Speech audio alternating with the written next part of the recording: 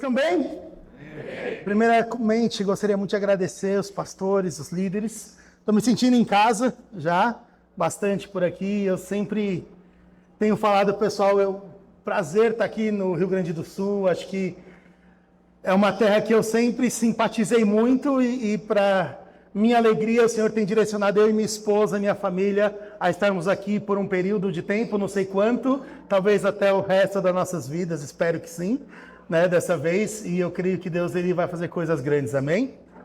Antes de eu trazer a palavra que eu sinto para compartilhar com vocês, eu queria só compartilhar algumas coisas que eu sentia no momento de adoração, e eu queria trazer esse compartilhamento com a igreja.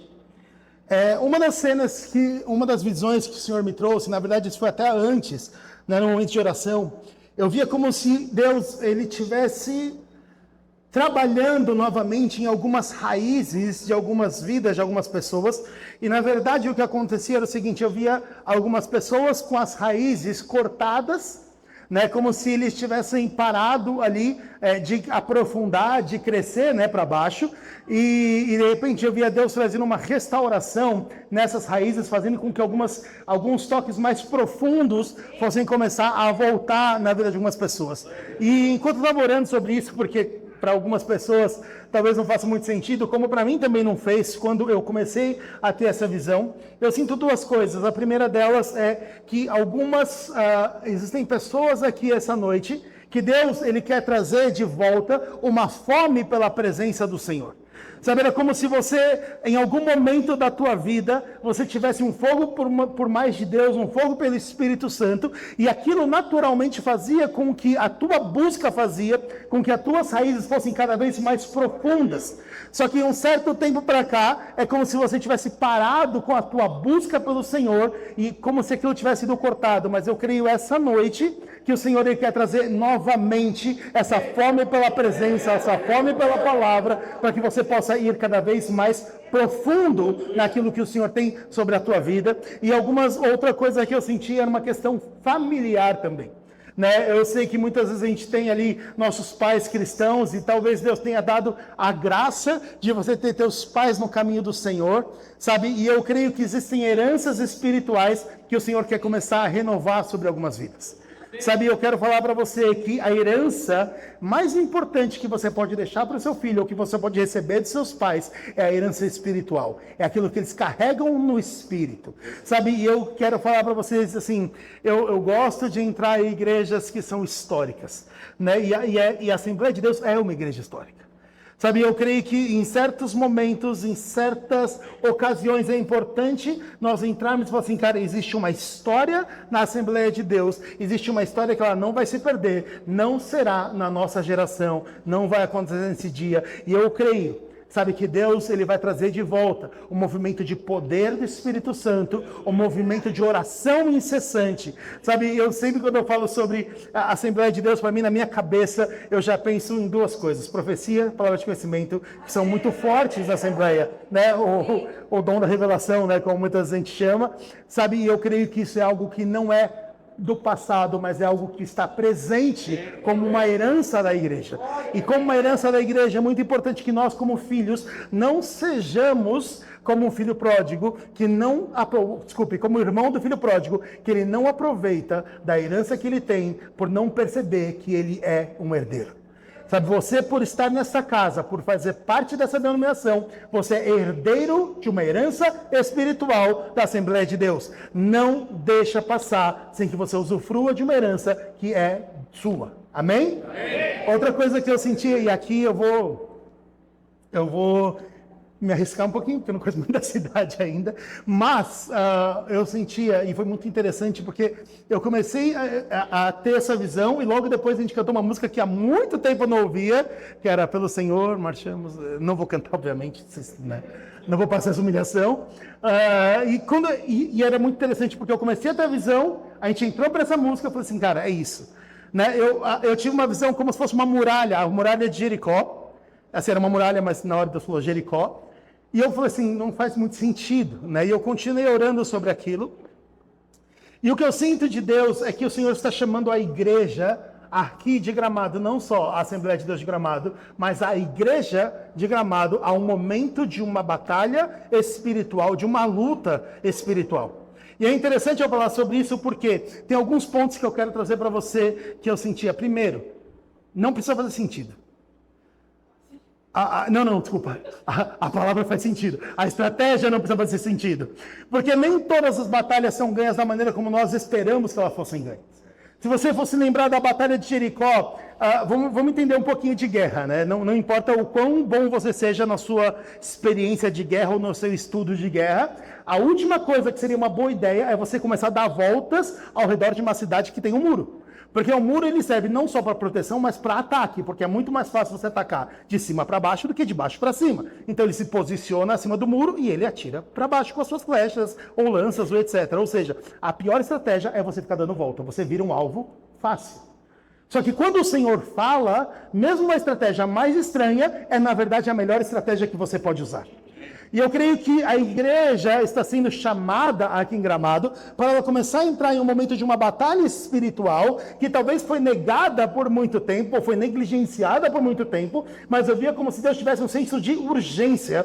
E o que eu via, e aí é onde eu vou me arriscar um pouco, eu não entendo muito da cidade, eu via 5 pontos específicos espalhados pela cidade, onde eram como se fossem alguns pilares espirituais, onde com um momento de oração, louvor e adoração, aquelas muralhas ou aqueles pilares, eles iam começando a ruir na cidade, e era como se nesse momento, quando esses pilares começassem a ruir, as pessoas iam começar a ter seus olhos abertos para aquilo que o Senhor está fazendo. A impressão que eu tenho é que é como se houvesse um espírito, como se fosse uma confusão no ar, e quando esses pilares eles fossem caindo, isso também, esse véu do olho das pessoas, também iam começar a cair, eles iam começar a serem descobertos. E eu via como se fosse um local, uma coisa na igreja, que eu via as ruas de Gramado, que para mim foi interessante também ver isso, porque eu acho que Gramado é possivelmente a cidade mais bonita do Brasil, né? E eu via as ruas cheias de sangue. Só que eles não eram uma coisa boa, eu não estou falando sobre o sangue de Cristo, não é uma conotação positiva.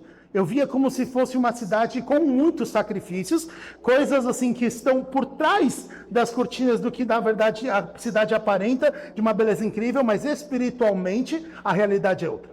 E quando eu comecei a ver esse sangue nas ruas da cidade, eu comecei a ver o Espírito Santo se movendo aqui nesse lugar. Enquanto o Espírito Santo se movia, era como se as ruas eles fossem começando a ser limpas, elas começavam a ser, esse sangue ele era começado a escorrer por outros lugares, e existia um mover, onde o ar da cidade ele vai começar a ser transformado aquilo que o Senhor está fazendo. Não tenha medo. E essa palavra eu sentia muito forte de Deus. Não temas, não temas, não temas. E era muito legal porque eu lembrei de algumas histórias, porque algumas pessoas, né, elas vêm reclamar quando você é pastor, e elas assim, pastor, lá na minha cidade está muito difícil, lá no meu trabalho está muito difícil, porque tem uma pessoa que ela faz não sei o quê, tem uma pessoa que faz trabalhos, tem uma pessoa que é não sei o quê com macumba, sei lá, essas coisas, sabe? E eu sempre olho para a pessoa e falo assim, não deve ser você reclamando para mim. Ele tinha que reclamar para o líder deles. Eles iam olhar e falar assim, mas tem um cristão no meu trabalho que está atrapalhando tudo que a gente está fazendo. Porque aquilo que nós carregamos é muito maior.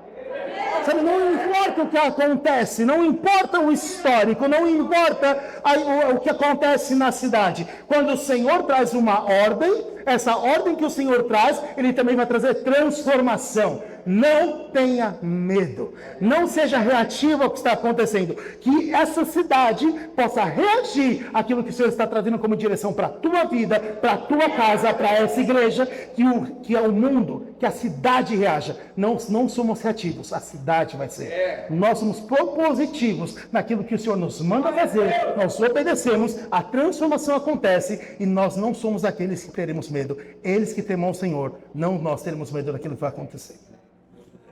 Eu creio que Deus tem algo para fazer aqui nessa cidade. Sabe? E assim, eu sei que Deus vai fazer algo. E a minha oração é que o Senhor nos permita fazer parte daquilo que Ele tem para fazer. Amém? E aquilo que eu tenho para falar sobre essa noite tem muito a ver com isso também. Foi engraçado porque Eu sempre brinco, né, que às vezes o pastor que vem e fala assim, olha, Deus mudou minha pregação, parece que ele não se organizou para aquilo, né? Só que eu tinha me organizado para trazer uma palavra e essa noite eu sonhei com outra, então eu decidi pregar o que eu sonhei, tá? Então, assim, eu queria trazer algumas coisas sobre a presença do Senhor. Sabe, porque muitas vezes nós não entendemos a presença de Deus. É muito fácil para nós compreendermos, talvez, Jesus, porque Jesus é fácil ter relacionamento com Jesus, porque você leu sobre Jesus, Jesus andou sobre a terra, é fácil me relacionar com alguém que andou sobre essa terra. Deus Pai, talvez é fácil também eu compreender, porque o Pai, você tem uma imagem de Pai, talvez não tão boa, talvez você tenha a melhor imagem, eu não sei qual imagem você tem do seu Pai, mas é fácil você perceber Deus como Pai. Mas às vezes o Espírito Santo, é complicado eu entender o Espírito Santo, porque muitas vezes eu esqueço de perceber que ele é uma pessoa da Trindade. Só que muitas vezes nós usamos o Espírito Santo como se ele fosse uma força, um poder, simplesmente um mensageiro, que ele pode trazer uma bênção, ou um milagre, ou um romper, ou uma libertação, mas o Espírito Santo é uma pessoa. E como uma pessoa, nós temos que aprender a interagir com o Espírito Santo, amém? E eu quero falar um pouco sobre isso aqui, essa noite. E eu quero trazer alguns pontos aqui. E o primeiro deles é, não manipule a presença de Deus. Repete comigo, não manipule a presença de Deus. E talvez a gente possa, não, mas pastor, aqui eu estou tranquilo, eu nunca manipulo. E eu falo para você que às vezes nós queremos manipular a presença de Deus sem nós percebermos. Sabe quantas vezes a gente não fica num lugar onde fala assim, nossa, eu estou sentindo isso, eu estou sentindo aquilo. Sabe, eu fico olhando muitas vezes o jovem, que eu lidei muito tempo com os jovens. O jovem parece que ele chega e fala, tudo é Deus que fala. Não, porque Deus me falou isso, Deus me falou aquilo. Aí depois de um mês muda de ideia, Deus me falou outra coisa. Eu falo, mas que coisa? Deus está meio bipolar na tua vida. Um dia ele fala isso, um dia ele fala aquilo. Normalmente é quando ele quer se relacionar com aquela menina, né? Fala, não, pastor, Deus falou, é ela. É, certeza? Não, certeza, Deus me falou, vou casar com ela. Dali a um mês, termina o namoro e já gosta de outra pessoa. Não é ela, pastor. Eu falo, mas você está de brincadeira com a minha cara. Às vezes a pessoa está manipulando as coisas. E o que eu falo para você é que a presença de Deus, ela não é manipulável. Sabe, a gente não pode pensar que eu vou fazer o que eu quiser fazer e o Senhor vai ter que abençoar toda a escolha que eu fizer. Sabe, muitas vezes o cristão ele pensa que Deus é obrigado a abençoar qualquer escolha. Fala assim, Deus, por que eu estou passando por isso? Talvez nós estamos passando por isso, como o pastor falou, por causa de um fruto, de uma semente que eu coloquei lá atrás, de uma escolha que talvez não fosse direcionada pelo Senhor, e talvez Deus não tenha nenhum compromisso com uma escolha que Ele não esteve envolvido em fazer. Vocês estão bem, igreja? Eu sei que é o primeiro dia da noite profética de volta, e eu sei que estou sendo meio duro, mas vai acabar bem, eu prometo, tá? 1 Samuel, capítulo 4, abre comigo, 1 Samuel, capítulo 4. Eu vou dar uma encurtada aqui, mas eu vou ler do 1 ao 5, depois vou pular para o 10, tá? 1 Samuel, capítulo 4, versículos 1 a 5. E veio a palavra de Samuel a todo Israel. Então Israel saiu a peleja contra os filisteus e acampou-se junto a Ebenezer. E os filisteus acamparam-se junto a Afec. Os filisteus se dispuseram em ordem de batalha para sair contra Israel. E estendendo-se a peleja, Israel foi ferido diante dos filisteus, porque feriram naquela batalha no campo uns 4.000 homens. Voltando o povo ao arraial, disseram os anciãos de Israel, por que nos feriu o Senhor hoje diante dos filisteus?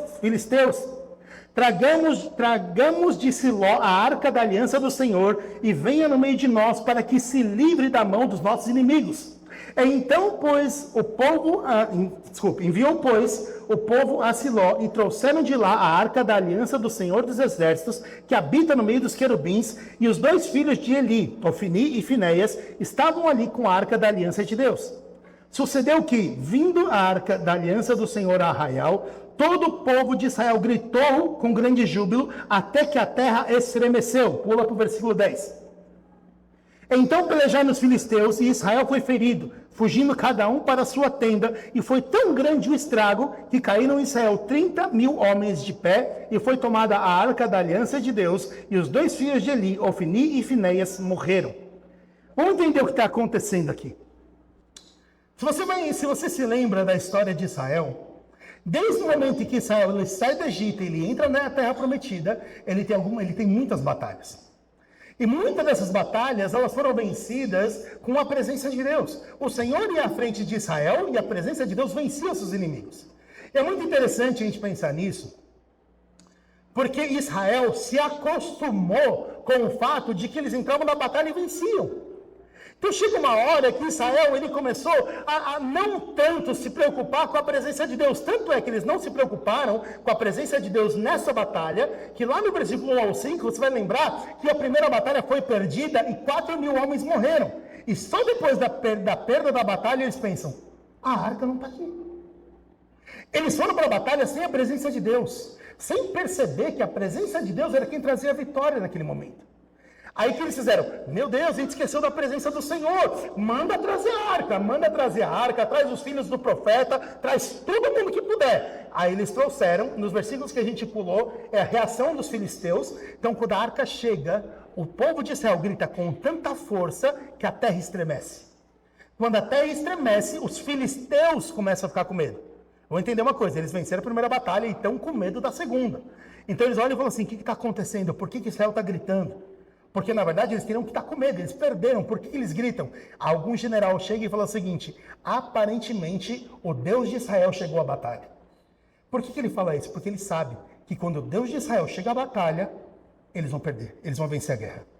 Então o povo começa a ficar com medo. Mas mesmo assim, eles foram atacar Israel e Israel perdeu de novo. E dessa vez, não só 4.000 homens morreram, mas 30.000 homens morreram. Ou seja, a segunda batalha foi pior do que a primeira. Eles perderam 30.000 homens, perderam a Arca da Aliança, perderam Ofni, perderam Finéias, perderam tudo que eles tinham. E por que eu estou trazendo essa história? Quantas vezes na nossa vida nós estamos entrando em batalhas sem o Senhor? Quantas vezes na nossa vida nós estamos decidindo fazer alguma coisa sem pedir o conselho de Deus? Sabe quantas vezes no seu trabalho, talvez naquilo que você faz muito bem, você deixou de orar? Fala assim, não, Deus, pode deixar que aqui eu sou muito bom, pode deixar que aqui eu consigo fazer isso aqui sozinho, não tem problema. Sabe, isso aqui é excesso de confiança em você mesmo, isso faz com que você não dependa mais do Senhor. E aí quando tudo dá errado, quando talvez você está perdendo ali a batalha, você começa, Deus me ajuda, traz a arca. Aí você vai, começa a jejuar, começa a fazer sua campanha de oração, você começa a entrar em desespero, fala assim, Deus, eu vou fazer jejum até ter a vitória. Só que talvez você não vai ter essa vitória, porque você está manipulando a presença de Deus. A presença de Deus não é manipulável. Nós não somos aqueles que manipulamos a presença, amém? Quem aqui aceitou Jesus no coração um dia? Quem aqui é salvo? Levanta sua mão. Glória a Deus. Glória a Deus. Quando você foi salvo, você lembra que você aceitou Jesus como seu Salvador? Você lembra da outra palavra? Seu Senhor e Salvador. Quando nós temos um Senhor, nós perdemos o direito à escolha. Eu posso ter minha opinião. Eu posso ter meu livre-arbítrio. Mas eu também pergunto ao meu Senhor o que Ele pensa, o que Ele quer, qual é o plano dEle. Deus, o que o Senhor pensa? Deus, o que o Senhor quer? Aonde o Senhor quer me enviar? Porque muitas vezes o problema de nós cristãos, nós fazemos o seguinte, Deus fala assim, faz isso aqui. Aí fala assim, Deus, mas eu quero fazer isso. Deus fala, não, mas eu falei para você fazer isso. Fala assim, Deus, mas eu gosto tanto disso aqui. Abençoa aqui, por favor. Deus fala assim, não, a minha bênção já está lá. Vá para lá. Mas Deus, mas o meu coração está aqui.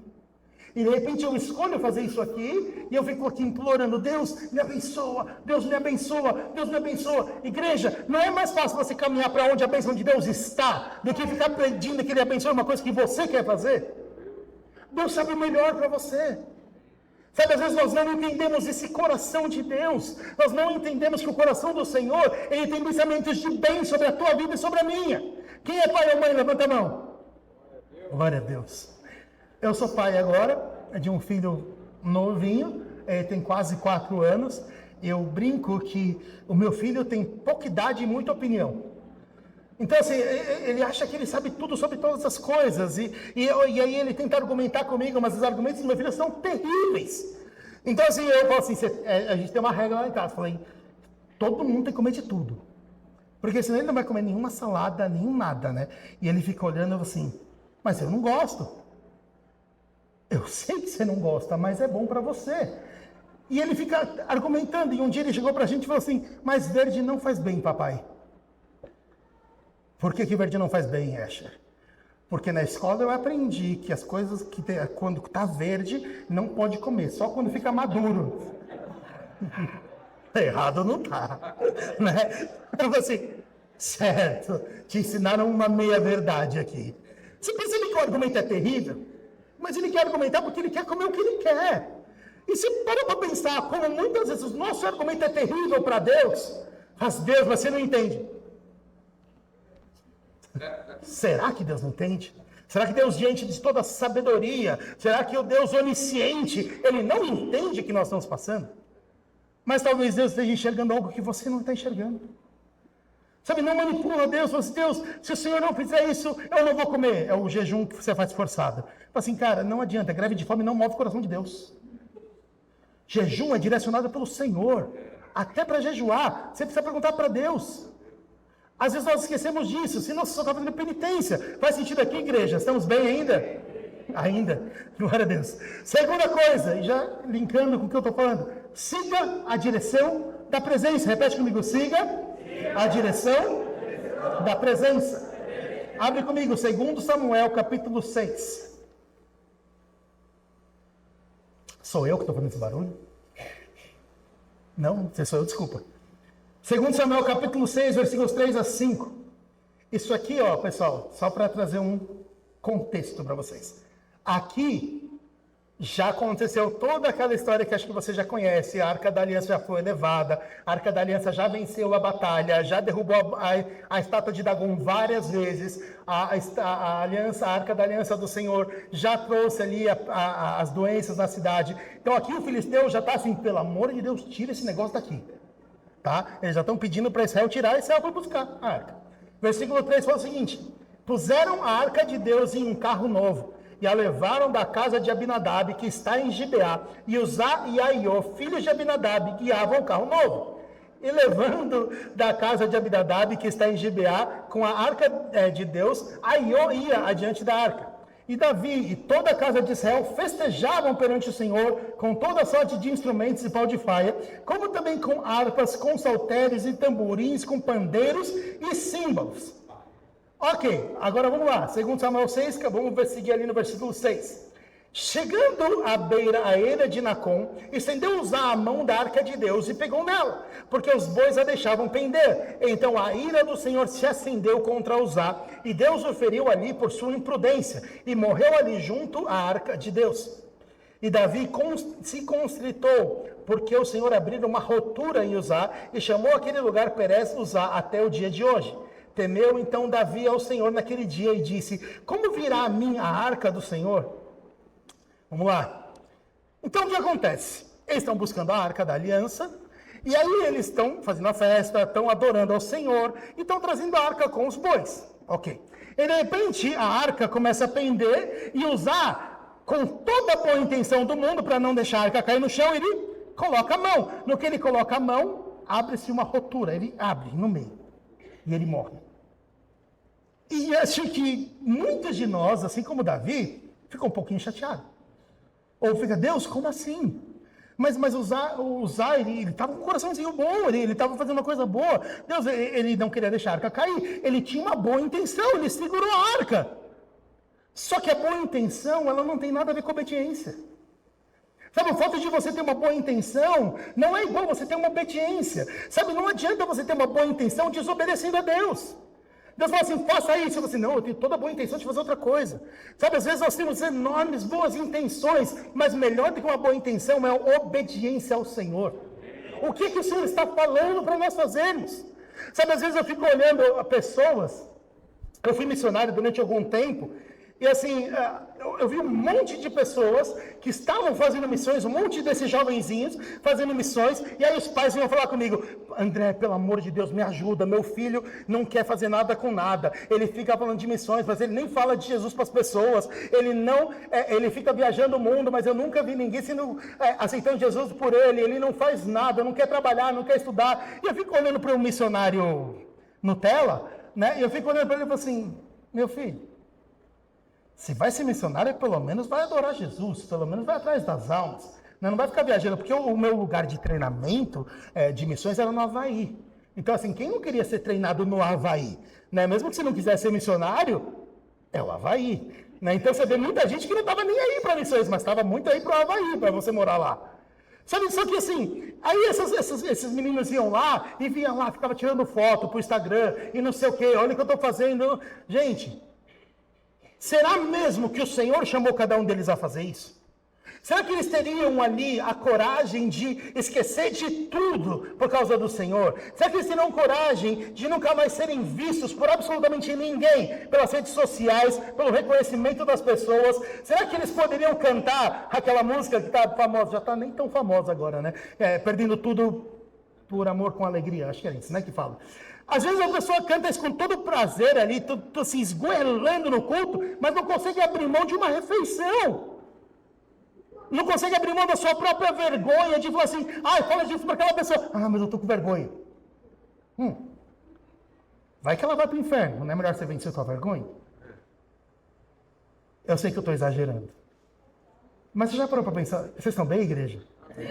O pessoal está ficando cada vez mais sério. Eu devia ter ido embora. Devia ter vindo só no culto de domingo, porque eu venho hoje. Né? Então você chega aqui e fala assim, imagina o seguinte, Deus fala assim, só um exemplo, tá? Fala Jesus para aquela pessoa. Aí você não fala. E logo depois de 2 minutos ele é atropelado na sua frente e morre. Como você ia se sentir? Eu não quero trazer esse peso no teu coração, mas eu quero só que você entenda uma coisa, que às vezes Deus sabe de coisas que você não sabe. E a obediência é muito importante. Sabe, melhor do que você ter boas intenções e fazer alguma coisa, é você obedecer aquilo que o Senhor está fazendo. Sabe por quê? Se você tem um Deus que sabe todas as coisas, tem pensamentos de bem sobre a tua vida, é a melhor pessoa para você seguir e obedecer. Só obedeça. E aqui entra o que eu queria dizer. Vocês estão bem na igreja? Estou preocupado. Por que Davi fez isso? Por que Davi levou a arca dessa maneira? Porque ele talvez não foi atrás das escrituras do Senhor. Ele não foi atrás de descobrir como o Senhor já tinha ordenado que ele levasse a arca. Não tinha nada a ver com boi, não tinha nada a ver com louvor naquele momento, não tinha nada a ver com nada daquilo que Davi estava fazendo. Sabe o que Davi fez? Ele imitou os filisteus. Porque quando os filisteus levaram a arca, só ouve isso aqui, 1 Samuel capítulo 4, desculpe, fui muito. 1 Samuel capítulo 6, versículo 7. Agora, pois, tomai e fazei-os um carro novo, tomai 2 vacas e crias, sobre as quais não tenha subido nenhum jugo, e atai as vacas ao carro, e tirai delas os seus bezerros, e levai-os para casa. Sabe o que isso aqui? É o líder filisteu falando, é dessa forma que nós levamos a arca. Davi, ao invés de ir para a escritura, perguntar ao Senhor como se leva a arca, ele foi lembrar de como o filisteu levou. Ele falou assim, os filisteus levaram dessa forma, acho que é uma boa ideia, vou levar do mesmo jeito. Só que Davi conhecia o Senhor. Só que o peso para Davi é outro. Sabe por que eu estou falando isso, igreja? Agora entra a parte quando eu sou mais chato. A primeira coisa que eu quero trazer para você é, não permita que a igreja, que o mundo entre dentro da igreja. As coisas que são feitas lá fora não são da mesma forma como nós fazemos aqui dentro. Aqui dentro, nós seguimos esse estatuto aqui. Aqui dentro é isso aqui que conta. É a palavra do Senhor é que vale. Sabe, muitas vezes a gente tem deixado o mundo começar dentro da igreja. Tá gravando? Tá transmitindo? Então vamos tomar cuidado. Não vou tomar nada. Então o pessoal chega e fala assim, mas desculpa, vou criticar porque todo mundo já critica. Tem área VIP na igreja, cara. Sabe onde tem área VIP? Balada. Sabe onde tem área VIP? Locais onde não tem nada a ver com o Senhor.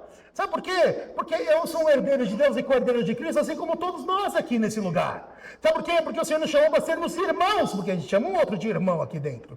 Então, sabe, eu acho estranho ter uma área VIP. Eu acho esquisito esse conceito, sabe por quê? Porque eu estou deixando o mundo entrar na igreja. Não, porque é assim que funciona. Vestimentas, o mundo está entrando na igreja muitas vezes. Né? Eu tinha uma amiga que era engraçada, que assim, o pai dela educou ela muito bem na questão de vestimenta, e uma vez ela perguntou quando era criança, papai, por que eu me visto assim, enquanto as outras meninas se vestem daquele jeito? E ela falou assim, a quantidade de pano que você usa na sua vida é a quantidade de amor que eu tenho por você. A quantidade de pano que o pai da outra criança tira dela é porque ele não ama tanto. Então você já vai medindo o amor do pai por isso. E ela aprendeu esse negócio na cabeça dela. E foi muito bom, porque ela era uma pessoa muito consciente do que ela devia vestir ou do que ela não devia vestir, não só dentro da igreja, mas em todo lugar do mundo. Mas hoje em dia você vê tantas coisas entrando na igreja, você vê pessoas ganhando vantagens por questões financeiras, você vê pessoas sendo bajuladas por causa de influência, você vê tanta coisa errada, você fala assim, chega de deixar o mundo entrar na igreja. Sabe o que é isso? É eu querer botar a Arca da Aliança de Deus, assim como os cristãos faziam. Não, se eles fazem assim, a gente vai fazer isso aqui, sabe por quê? Porque é relevante. Para quem? Para Deus? É preocupante quando a gente quer ser relevante para o mundo e talvez a gente comece a ficar meio irrelevante para Deus. É uma preocupação que a gente tem que ter. Uma vez eu fui num culto, vocês estão bem, igreja? Uma vez eu fui num culto e o líder de adoração da igreja, no meio do louvor, falou um palavrão. E na hora que ele falou um palavrão, eu pensei, não é possível. E na hora que ele falou um palavrão, eu pensei, talvez, sei lá, ele deve falar muito palavrão, ele deve ter falado no culto, escapou, né? E na hora que ele teve um tempinho logo depois, ele falou assim, e aí, pessoal, pegou o que eu falei? Eu falei, ele falou, por querer aquilo. Que absurdo, beleza, né? E aí, acabou o culto, eu fui conversar com ele, e ele falou assim, qual que é? Por que você falou um palavrão? Ah, porque o jovem hoje fala assim, a gente tem que falar a linguagem do jovem. A relevância, senão a gente vai ficar relevante para o jovem. Eu falei, você está entendendo errado. Você está deixando o mundo entrar na igreja, cara. Sabe, o que adianta você querer ser relevante se você vai se tornar igual ao mundo? Nós temos que ser diferentes do mundo, nós somos sal da terra e luz do mundo. Sabe, a gente não está sendo feito para se misturar em um sentido de ficar igual. Aí outro dia uma pessoa tipo assim, não, mas pastor, você está muito religioso, porque Jesus, ele andou mais tempo fora da igreja do que dentro dele. Jesus andava com as prostitutas, Jesus andava com os coletores de impostos. Eu falei, sim, mas Jesus não se tornava uma. Jesus não se tornou um coletor de impostos. O problema é quando você vai para o mundo achando que está fazendo diferença lá, só que o mundo faz diferença em você. O mundo está influenciando aquela pessoa mais do que aquela pessoa influencia o mundo. Não deixe isso acontecer. Protege isso dentro de você. Faz sentido aqui, igreja? E como que você faz isso? Lendo. Conhecendo o Senhor. Conhecendo a palavra, tendo tempo diariamente com o Senhor, tendo tempo de leitura de Deus. Se você não consegue ler a palavra, talvez não é muito para você a partir do sobrenatural. Eu sempre brinco com as pessoas, sabe, muita gente tem medo do profético. Ah não, porque o profético machuca alguém. Ah, porque eu já fui machucado no profético. Eu nem vou pedir você levantar a mão, porque eu sei que muita gente vai levantar aí, eu não quero levantar essa ferida agora.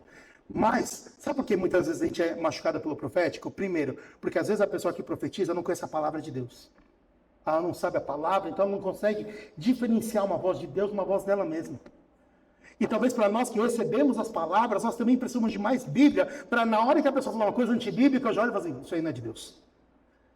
Eu já falei várias vezes, a pessoa veio profetizar umas coisas para mim, eu falo assim, isso aí não é de Deus. Por quê? Como você sabe? Eu falei, porque eu conheço a Bíblia, em tal lugar está escrito isso. A pessoa fica chocada. Eu falo assim, mas é Bíblia, cara. Falta Bíblia.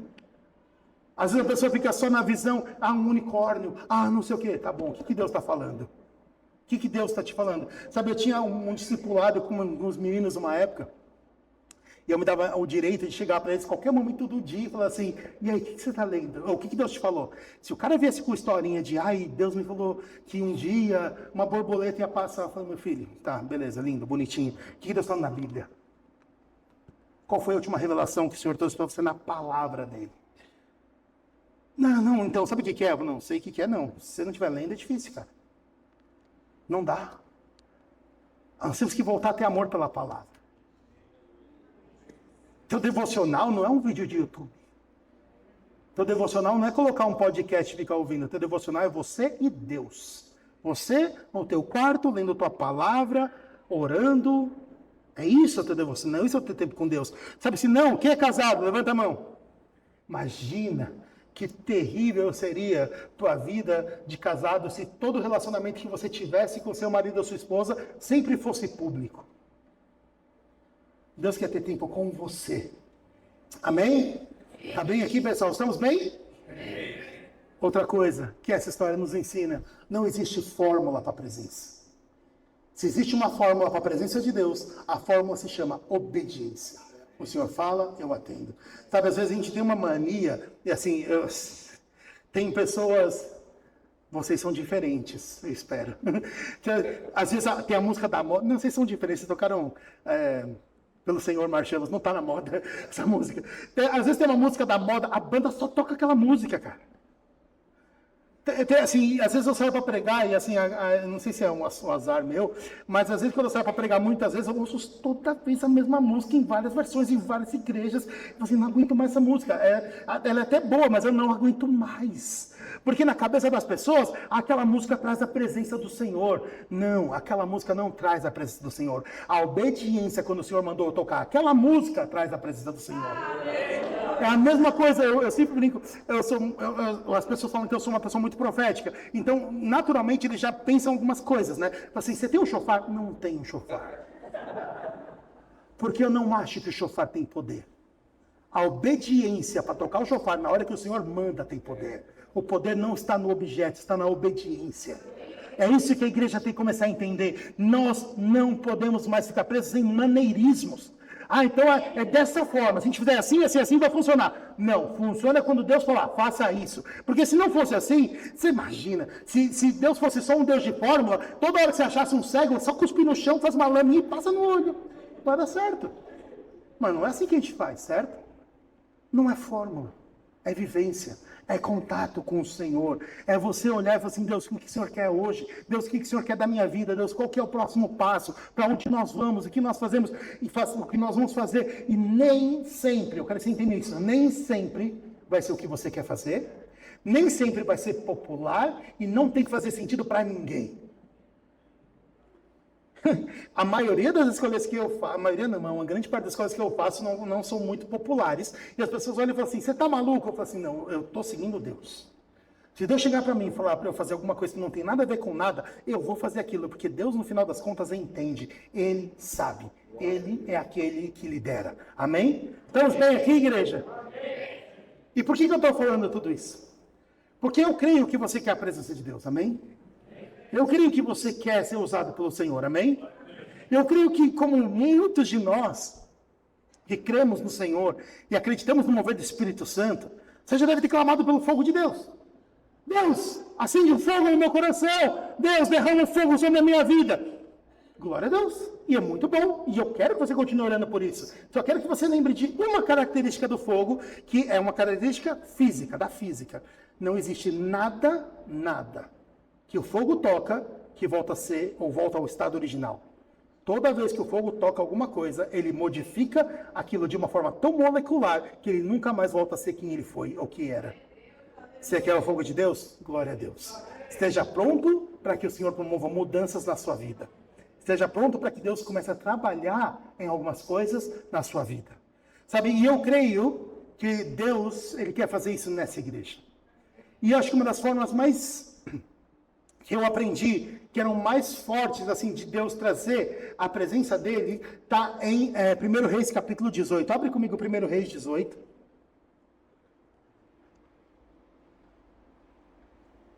Estão bem na igreja? Estou acabando. 1 Reis, capítulo 18. Eu vou ler a partir do versículo 30. Enquanto vocês vão abrindo, eu vou trazer contexto, tá?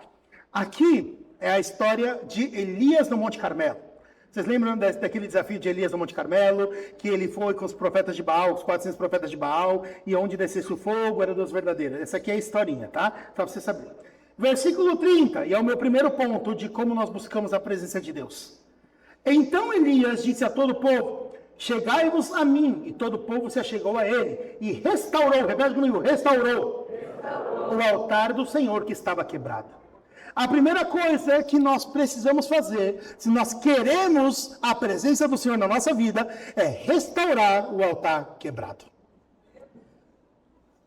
Quem é o altar do Senhor? Nós somos. Às vezes eu quero tanta presença do Senhor, eu quero tanto mover de Deus na minha vida, que eu esqueço de restaurar o altar da minha vida. Às vezes eu chego todo quebrado na presença de Deus, às vezes eu chego cheio de pecado, cheio de coisa errada, cheio de iniquidade, não peço perdão por nada, nunca me arrependo de pecado nenhum, eu passo por cima dos meus pecados, você, o Senhor me entende, o Deus vai me limpar. Vai, Ele vai. Só que tem um porém. Quando nós confessamos e nos arrependemos, E o cristão está esquecendo de confessar e arrepender. Então ele fala assim, ele entra na presença de Deus e fala assim, não, eu vou entrar na presença de Deus e eu vou ser limpo. É mais fácil você ser morto da presença do que limpo. Eu sei que é chocante. Sabe quando eu aprendi isso? Eu vou contar uma historinha. Vocês estão muito sérios, eu conto história. Uma vez eu fui numa conferência e tinha uns avivalistas argentinos, né? E eu era bem mais novo, era meio que um pouco mais velho que adolescente. E assim, eu estava vendo um mover de Deus meio assim, nunca tinha visto naquele nível, né? E estava acontecendo um monte de coisa assim, maluca. E aí uma hora eu cheguei, e aí eu fui numa palestra de um dos caras ali, e a palestra desse cara, ele falava o seguinte, e assim, deixa eu trazer mais contexto, senão vocês vocês vão achar que eu estou mentindo. É assim, a gente fez um exercício ali que era como se eles montaram como se fosse um tabernáculo de Moisés ali. E assim, na hora da última cortina do Santo dos Santos, você tinha passado toda a parte de arrependimento, todas as coisas. Na hora que da cortina, eu só fiquei olhando para a cortina, todo mundo que passava caía, sozinho. Ah, eu olhei, né, cético e meio Tomé que eu fui, assim, né? Eu olhei para aquilo e falei assim, essa galera tá com a cabeça fraca, vai caindo, né? Passa da cortina e cai. E eu fui super cético. Eu pisei dentro, eu apaguei, eu acordei em outro lugar. Eu falei assim, cara, esse negócio tá verdade. Já deu um medinho lá no coração. Eu falei assim, meu Deus, e agora? Aí eu fui numa palestra de um outro cara. E aí quando esse cara tava lá, ele era meio malucão assim, ele falou assim, eu vou gritar morte. Declarar morte. E quando eu declarar morte sobre a tua vida, é pro teu pecado morrer. E eu só fiquei olhando e falei assim, da hora, vamos ver. Eu super Tomé. E aí olhando assim, ele falou assim, só que eu vou dar uma dica para vocês. Se arrependam dos seus pecados e confessem ao Senhor, porque uma vez eu declarei morte e uma pessoa morreu fisicamente no culto. Não que ele falou isso, ele falou, tá bom. Eu falei, não. Eu falei, agora eu quero muito ver isso. Eu fiquei desafiando, assim, vou confessar. Eu fiquei olhando, eu fiquei, Deus, desculpa, eu não vou acreditar nesse negócio, que absurdo. O cara falou um negócio desse, vai ter que resolver com a polícia, um monte de coisa. Aí eu tô aqui olhando, ele falou assim, pode começar a se arrepender. Eu falei assim, Deus, não dá. Eu fiquei assim olhando, né? Eu falei, Deus, me perdoa, sei lá, se tiver alguma coisa.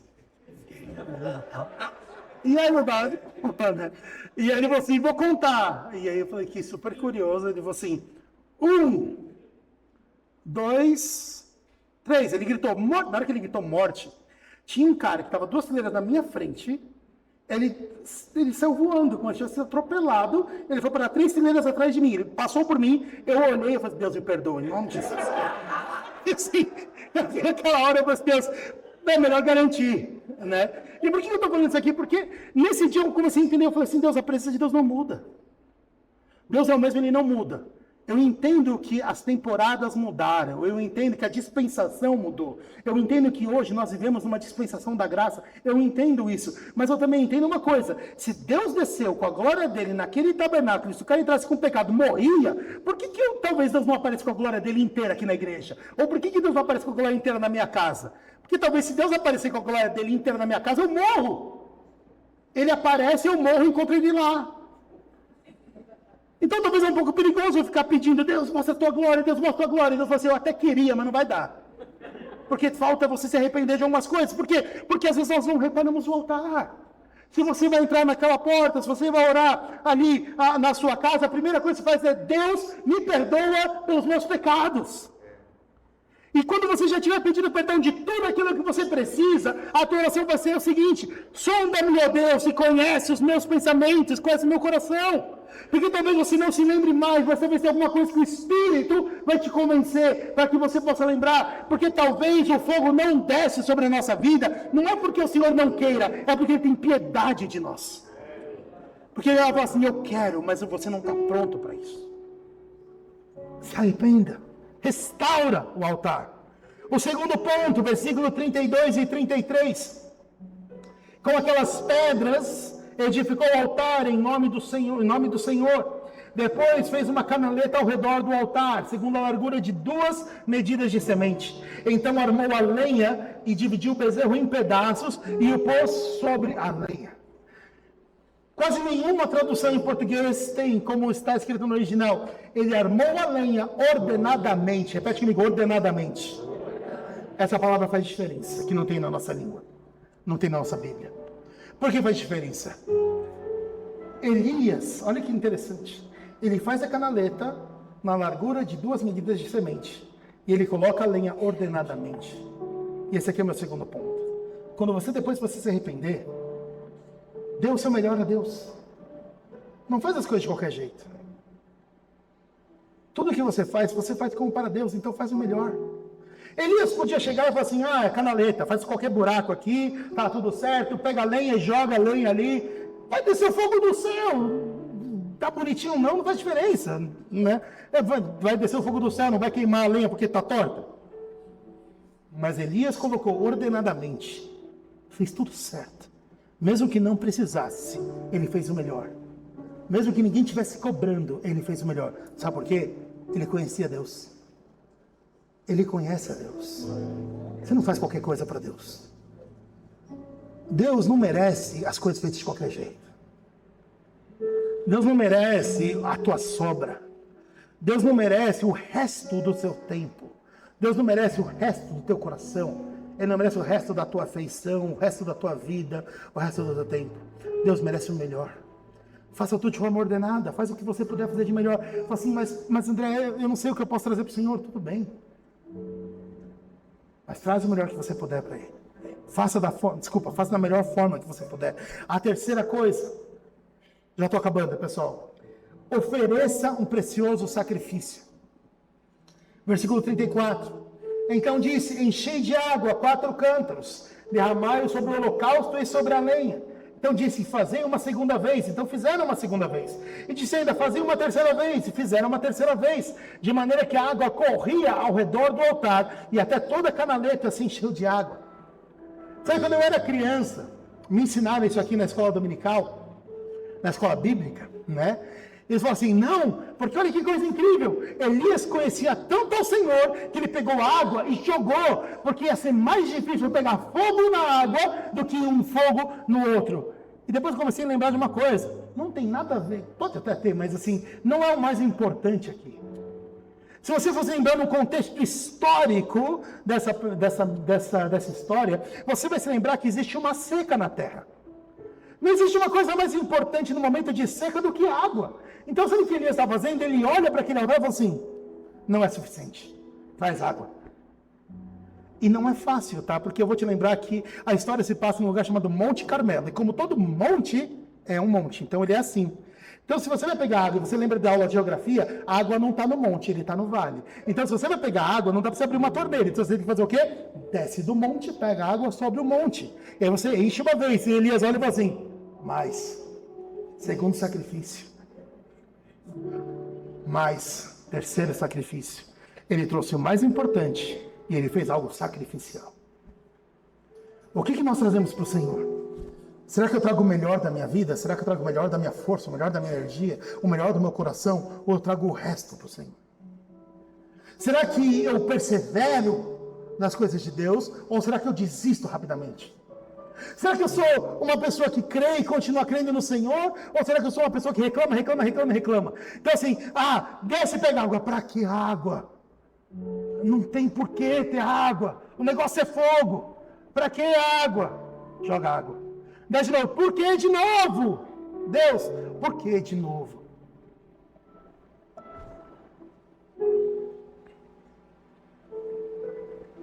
A gente tem que parar de reclamar.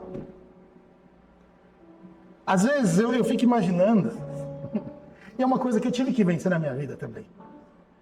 Às vezes a gente, parece o povo de Israel quando sai do Egito, fica reclamando de tudo. Não consegue ver a mão do Senhor operando. O povo de Israel via comida caindo do céu. E aí eles falavam assim, poxa, mas que saudade do Egito. Você tem saudade de ser escravo? Porque você está andando no deserto. Você é livre. Nada cai do céu. Chuva. Fora chuva, nada cai do céu.